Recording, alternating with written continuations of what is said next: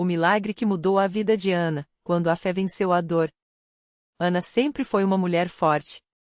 Trabalhava como costureira desde os 18 anos, criando sozinha seus 2 filhos após o marido ter os abandonado quando o mais novo tinha apenas 3 meses. Não era uma vida fácil, mas ela nunca se queixou. Até que a dor chegou. Tudo começou com um formigamento no pulso direito, que aos poucos foi se espalhando pelo braço. No início, ela achou que era cansaço afinal, passava horas cortando tecidos e manuseando a máquina de costura. Mas a dor não passava. Piorava. Até que um dia, ao tentar levantar uma panela do fogão, sua mão simplesmente não obedeceu. O diagnóstico veio como um golpe: tendinose crônica nos 2 braços, uma inflamação degenerativa que, segundo o médico, poderia deixá-la incapaz de trabalhar para sempre. Senhora, com esse nível de lesão, a senhora vai precisar de cirurgia.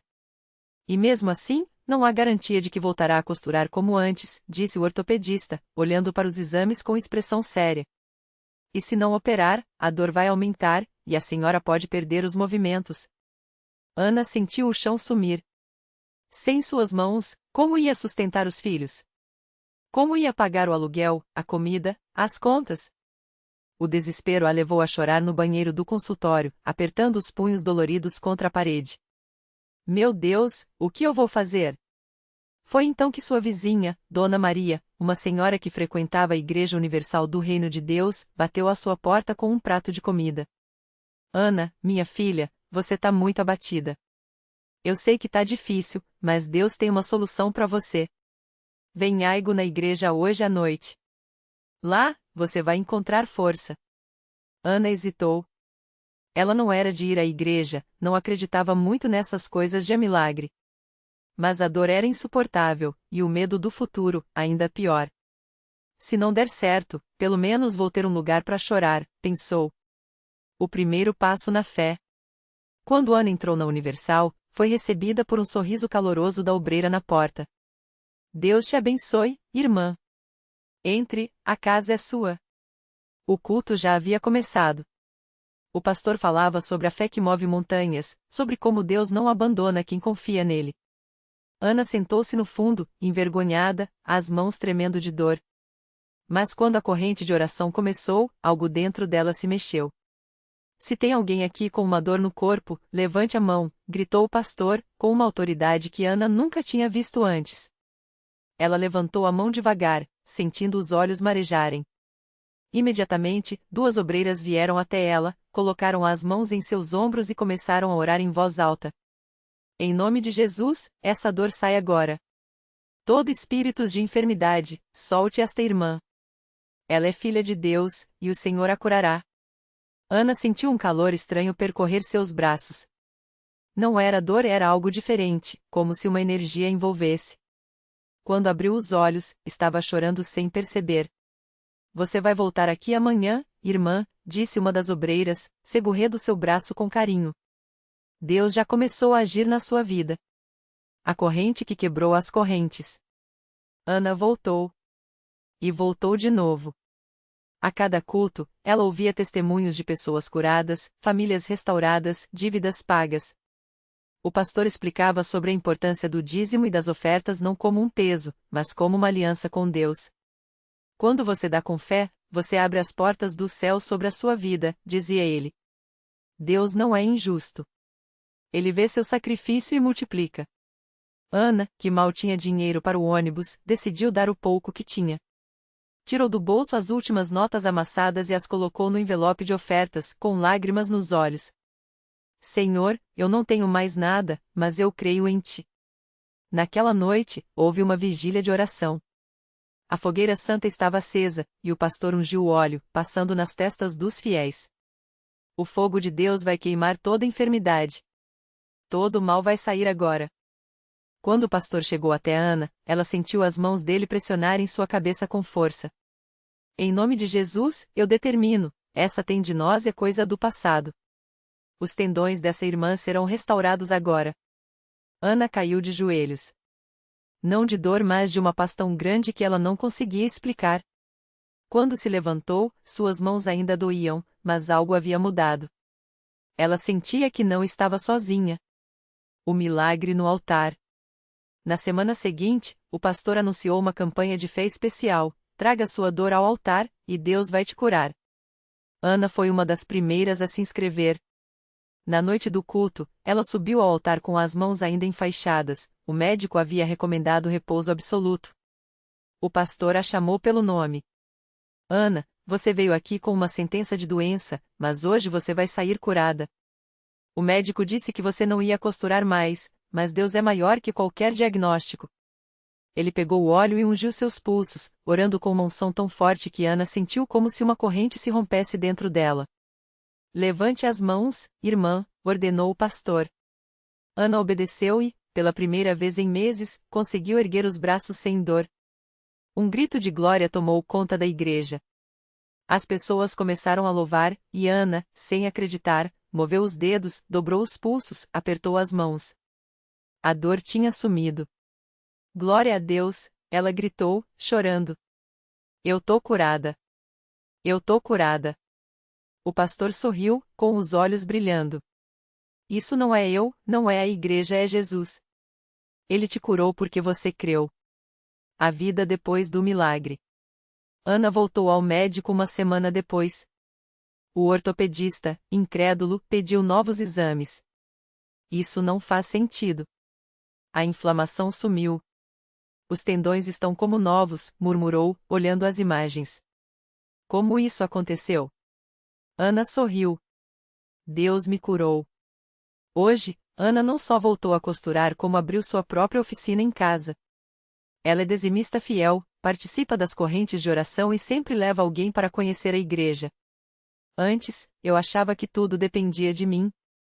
Mas Deus me mostrou que, quando a gente entrega para Ele, os milagres acontecem, testemunha ela, com voz firme.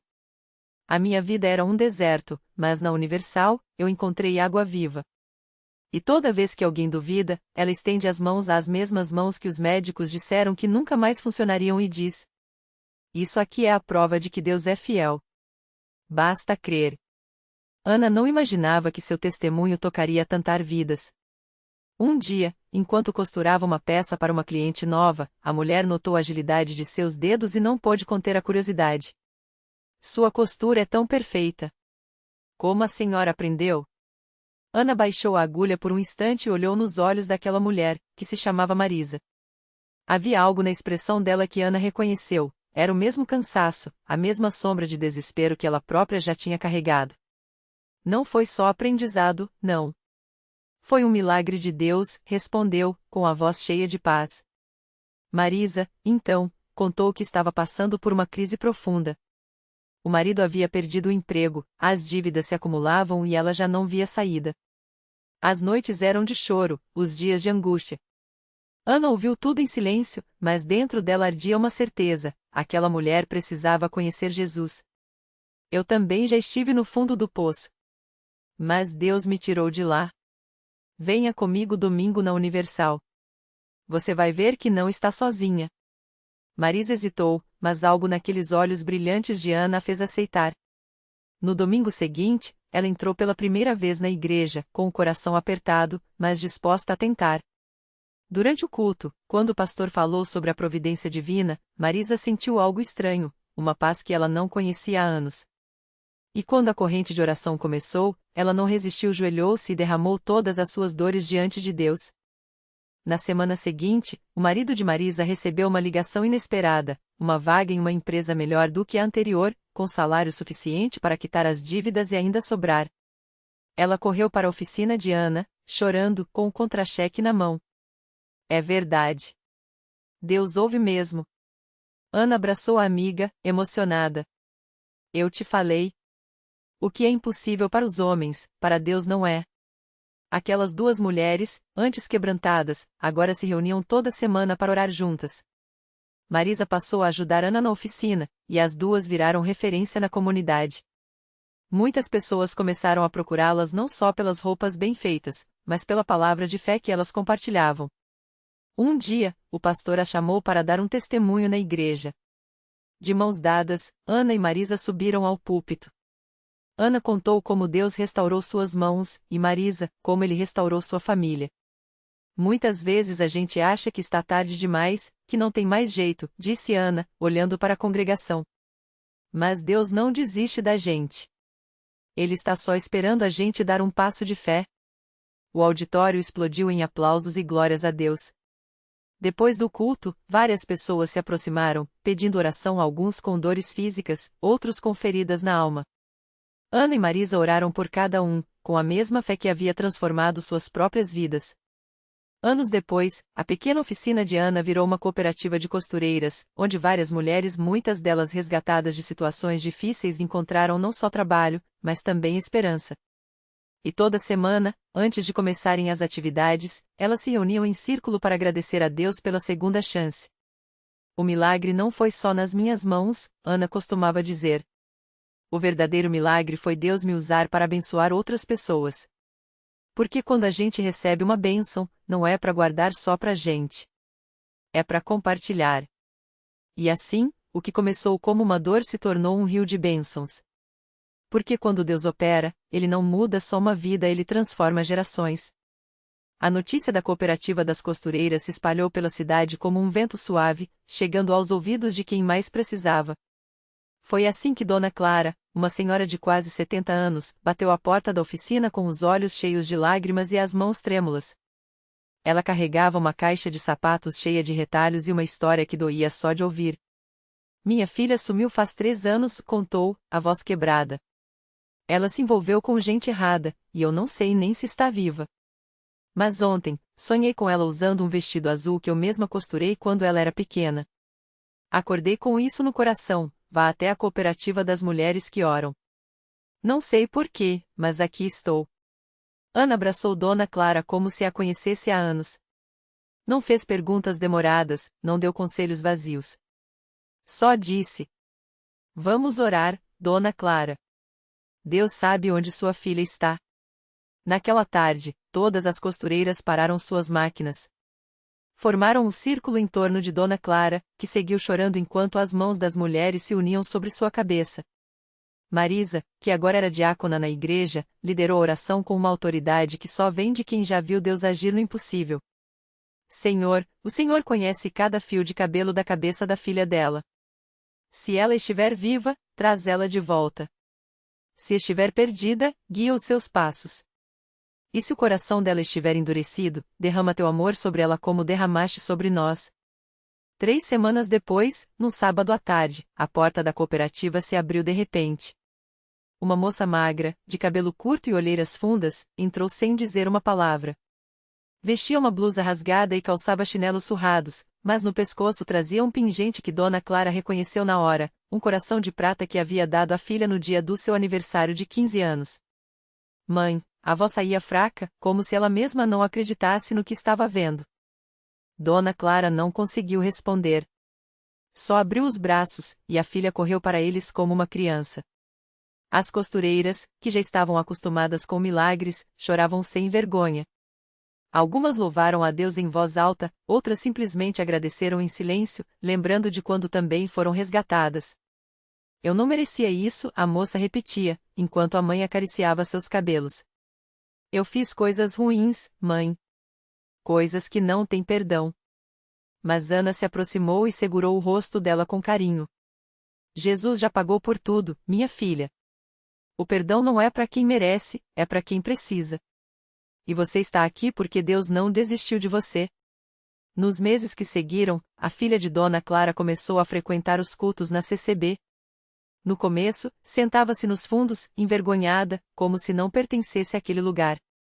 Mas aos poucos, foi sentindo o calor daqueles irmãos que, como ela, haviam sido quebrantados e restaurados.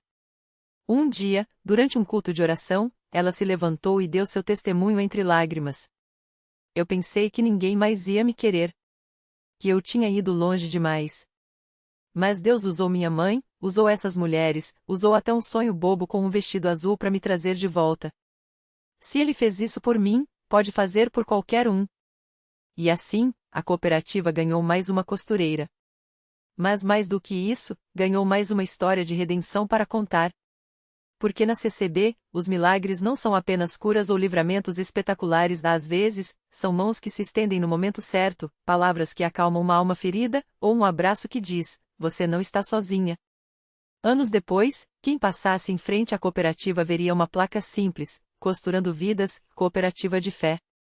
Dentro, máquinas de costura zumbiam ao som de hinos suaves, e nas paredes, fotos de mulheres sorridentes, cada uma com uma história de antes e depois. Algumas haviam superado vícios, outras, traumas, outras ainda, como a filha de Dona Clara, haviam sido tiradas das trevas para a luz. E toda vez que uma nova pessoa chegava ali com o coração partido, Ana repetia a mesma coisa. Deus não muda as coisas só pra gente ficar bem. Ele muda pra gente aprender a ajudar o próximo. Porque a bênção que não é compartilhada, secou na fonte. E o rio de bênçãos continuava a fluir. Numa tarde de sábado, enquanto o sol dourado batia nas vidraças da cooperativa, a porta se abriu devagar. Uma jovem de olhos inchados e mãos trêmulas entrou, como se cada passo pesasse uma tonelada. Chamava-se Marisa, e trazia consigo não só uma mala surrada, mas um silêncio que gritava mais que palavras. Ana, que estava ajustando um vestido na máquina, sentiu o coração apertar ao vê-la. Sem pressa, desligou o equipamento e se aproximou com um sorriso que era mais um convite do que um cumprimento. Você veio pelo anúncio na rádio? Perguntou, embora soubesse que não. Aquele tipo de dor não se resolvia com emprego. Vinha de algo muito mais fundo. Marisa balançou a cabeça, os dedos brincando com a alça da bolsa como se quisessem fugir dali. Então, num fio de voz, soluçou. Minha irmã, ela me falou deste lugar. Disse que aqui as pessoas não julgam. Ana sentiu, lembrando-se de como ela própria havia chegado anos antes, com vergonha, com medo, com a sensação de que Deus já tinha desistido dela. Mas a CCB não era assim. A CCB era o lugar onde Deus estendia a mão de novo. E de novo. Até que a pessoa agarrava.